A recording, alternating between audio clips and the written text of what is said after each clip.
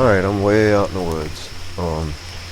But I'm near right on a road, a country road, and it's, there's people that live out here. I'm right across the road from a family of Sasquatch. I don't really want to go into too many details about them or anything. I'm at a friend's house, way out in the mountains of North Carolina, is what I'll almost say. Which is pretty much where I have most of my experiences, although it kind of varies from here to South Mississippi. I call myself Littlefoot, basically based on not on a Disney movie, but on a picture I took of a hairy person's foot print next to mine. And I didn't show it in the book that I put out, but I actually took very detailed pictures of it. You can see the tarsal break, and you can see it in depth, and I actually got down on my knees and photographed it in depth. I don't do field casts or anything like that. I'm more of a behavioral researcher. I do not really care to prove anything to anyone. That's not what I'm about. I just enjoy doing what I'm doing. I share my experiences. I want to share it with others, and this is the way I'm doing it. So anyways, this book's called He's Not Harry, He's Our Brother, and my name is Littlefoot. A little bit of that's water dripping on the house. There will be some knocks, some looks, some teeth chattering, and some they talk in their own language in the background. It sounds like a loud whisper. Right now it's kind of rainy and the creek's kind of loud and this cottage is loud, so everything's kind of drowned out, but they may make a loud noise. But anyways, this book is dedicated to all of those who loved and challenged me, most of all my parents, and to the harried people, whose love and patience has proven itself godly. Sounds like the rain's picking up, which it is. All of this began for me a little late in life on August 2nd, 2020, at age 43. It may have begun years before that, the encounter which happened on August 2nd, 2020, followed by the many encounters that came after, did cause me to look back roughly 15 years ago when I'd wakened from a strange dream one morning. In the dream, which was very short but intense, I was standing at the bottom of a long, narrow driveway which laid sloping downwards towards me. I recall seeing a mobile home at the top end of the driveway, with a street light just to the left of the home completing the scene. Out of nowhere, two larger than normal gorillas or gorilla-like creatures came running at me from about halfway down the driveway at full speed. I recall feeling frozen, both in terror and in disbelief, as they were about to come upon me with the full raging force of what appeared to be nearly 1,000 pounds of great ape. The two beasts then made a sharp turn to my right down into the woods, keeping steely-eyed visual contact with me as they moved so swiftly by me. I recall feeling terrified in the dream, but not necessarily threatened. Still, it was all just a dream, right? On another night, of which I cannot recall the date, though I know it was roughly around the same time, I had a very strange encounter while standing wide awake on the front porch of my home. I recall it being cold, so it must have been fall, winter, or early spring. And knocking sound. As I stood on the porch entrance by the babbling brook which winds through my yard, turning pages here, I began to hear an odd call from up on the high ridge across the street. It could not have come from more than 100 yards from where I was standing. This call was very complex and had what I call sub-calls. Though I cannot recall the order in which the calls I heard sounded. At one point it sounded like a large cat, and like a large bird, and something like that of a woman's wailing voice. It was 3 distinct calls made in succession to form one long call. These calls were not simultaneous. It was literally one call, then another, then yet another, but without pause in between, and all seemingly coming from the same creature.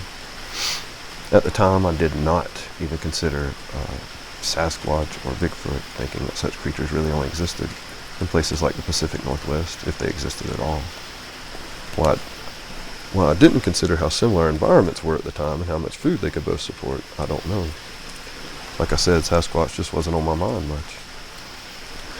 I can verify that I've spent many a night out alone in the woods since, having both seen and heard bobcats, boar, bear, coyote, deer, elk, raccoons, possums, owls, and many other known animals, and not one of these makes a call that I heard that particular night, or does any other animal I'm aware of after having researched the call. Having encountered a panther here in these mountains, both by sight and by sound, I can still say with ease that I have not heard such a call before or since that night. To my argument on the existence of Sasquatch, the authorities also say panthers don't exist here either. but obviously the locals know better. What I failed to mention so far is that, being a lifelong singer, I mimicked this creature's call to the best of my creative ability. To my surprise, the creature called back to me in the same manner. Together, the creature and I did this about 4 or 5 times until it seemed to lose interest and move back up the ridge towards the mountains. I guess maybe I wasn't the mate it was hoping for. Jokes aside, this event would later connect to major encounters happening around my home. On yet another night, while a lady friend and I had taken a walk, another friend I'd not talked to in a little while, stopped by since she had seen my lights and television on, as well as my car in the driveway. It wasn't until a few days later that I actually spoke with her, so I'd stepped out that night briefly, and the second sentence out of her mouth was, "I stopped by your house to say hello the other night, and something scared me so badly as I stood at the door knocking. I had to run off of the porch and back to my car before I felt safe again." I asked her about what had happened, and she said that she just caught this sudden, overwhelming feeling of being watched and not wanted there. I reminded her that my house is haunted. That's another book. It was probably just an overprotective spirit doing its duty for my home. She has witnessed some strange things in my home before, so we both just agreed to blow the occurrence off. Yet this would occur again, albeit much more directly towards me and close to 7 years later. There's a little whoop behind me. Alright, and that's the preface. The names of the chapters in the book are Chapter 1's Mud, Sweat, and Years. That was the early signs, the foreword. Chapter 1's Mud, Sweat, and Years. Chapter 2's Love Before Fear. Chapter 3 is Intro to the Extended Family. Chapter 4, Sometimes They Follow You Home. Chapter 5, Research and Groundwork. Chapter 6, Recording and Reviewing Audio. Chapter 7, All in the Family. Chapter 8, The 10 Commandments of the Hairy Man. Chapter 9, Of the Utmost Concern. Chapter 10, The Supernatural Sasquatch. Chapter 11, Conservation and Protection of the Species. Chapter 12, in conclusion. Anyway, that's the preface I'm going to do, I keep calling it the preface, is the foreword. I can make mistakes on here, I don't give a shit. I'm taking creative liberty. I've been a musician before, and I don't like trying to get things perfect. But I'm going to sit out here, and that was a whoop. I'm moving around.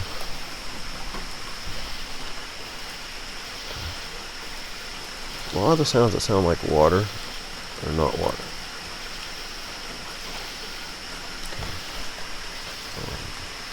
It is raining just a little, not too much.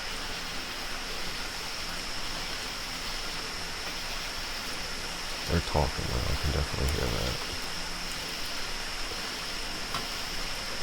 There's water dripping on my porch.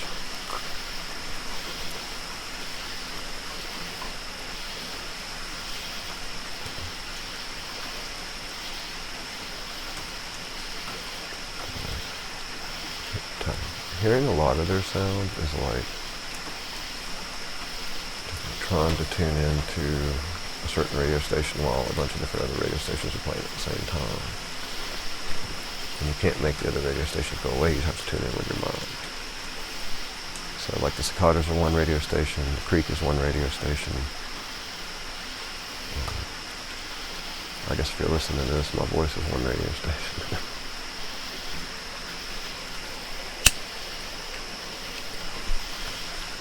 But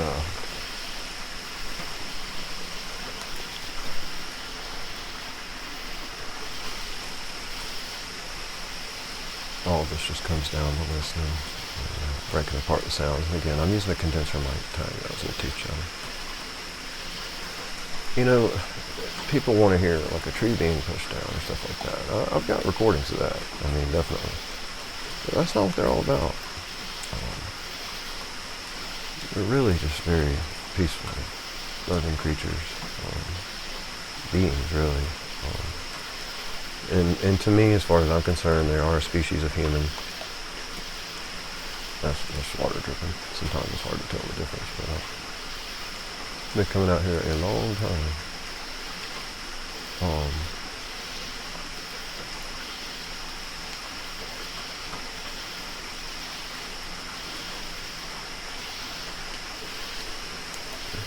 So the sounds closer to me are water.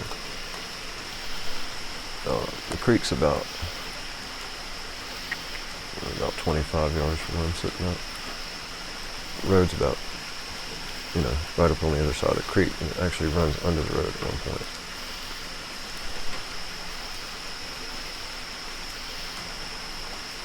And their sounds are on the other side of that, and had it not been raining so much tonight, I would have gotten a better recording, but I think I'm just going to do these in episodes, and just do one at a time, read a little bit, and talk a little bit. But I want to honor humans, people that say that they've had bad encounters with them. I believe that's possible for a couple of different reasons, or maybe actually 3 or 4. The humans may not be very good people, and maybe ready to grab their gun every time they hear something snap in the woods. It doesn't make them bad. Sorry, let me say that again. Maybe frighten people. I apologize. Maybe frighten people, and I understand. And then there may be people that aren't very good. We know that. We know what humans do to other humans. So let me separate those two, though. I want to help the frightened people. Right. And then there's good people. They're talking behind me. Sorry, I'm talking over it. I'll have maybe some more recordings available to the public that are mostly them talking or just them talking. Or me talking to them and them talking back to me in different places besides here. But anyways, you just have to learn their communication. They communicate much like great apes do, and that's the best way that I think they can communicate with humans directly. I notice for a positive response, like a yes, I get a lot of knocks. I'll get a knock in response or a snap, or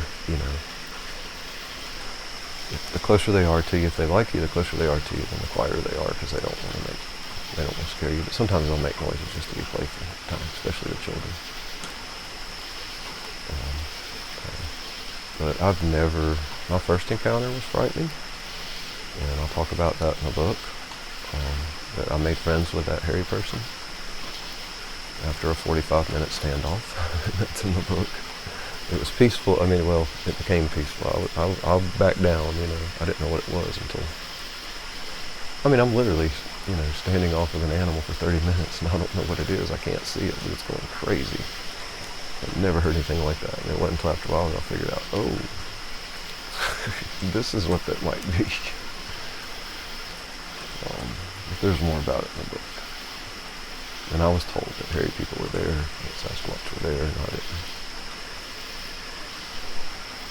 I didn't say I didn't believe it. I said, I'll believe it when I see it. Okay. Like I said at the time, I was 50-50 about it.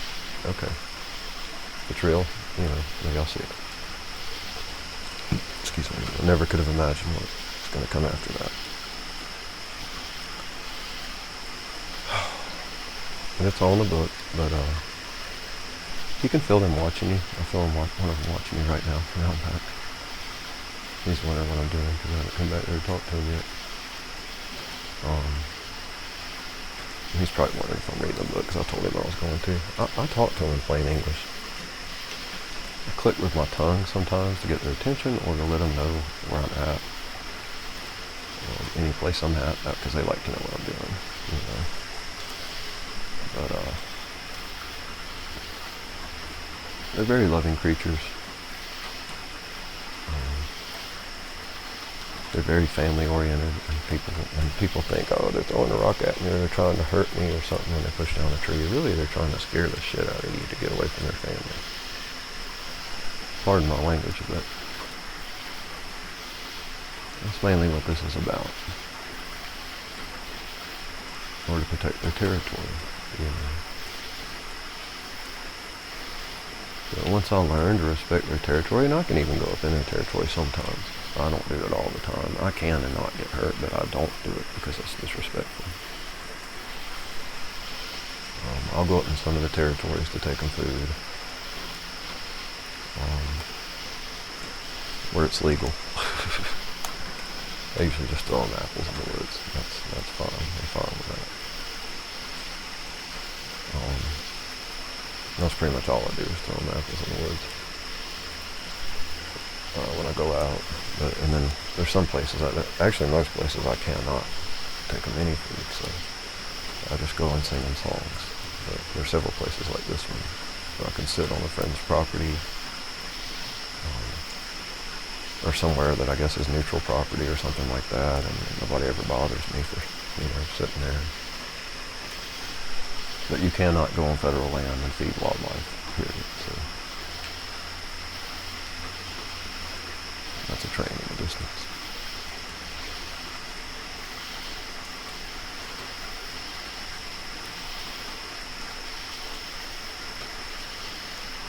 And you can't bait wildlife and stuff like that. I don't take pictures. I don't shine cameras, nothing. And they know that. That's why they talk to me. That's one of the first things I told them when I figured out that, this was not the right approach for me, personally.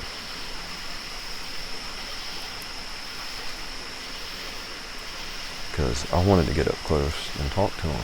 I wanted to hear them talk to me. I want to see if they're really as threatening as, as people had told me, or I'd read about in books, or heard in stories.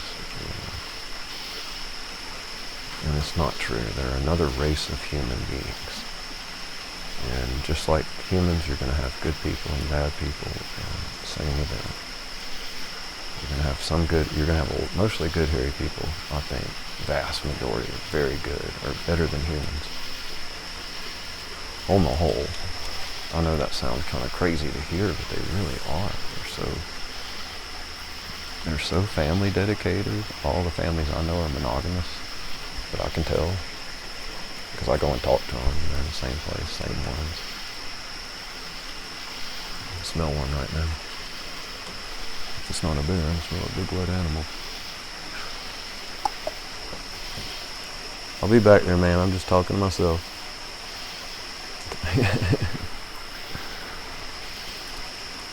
I love you, brother. I love you, brother. That was good. There's a 11-year-old juvenile male. And some others around back.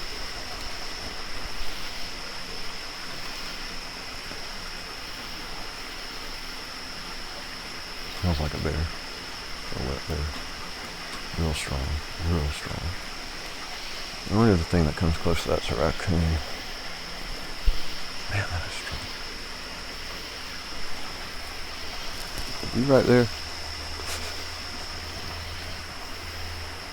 I can smell you. You can smell me too, can't you?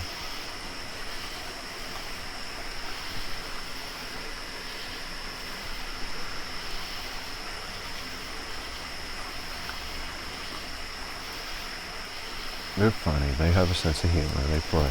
They don't understand everything you say, but they understand 90%. I have to explain a lot of, I won't say 90%, I'm sorry. They understand about 40%, maybe 40 to 60 sometimes. They can learn. I think they relate more to talking about trees and rocks and water and things of nature, animals.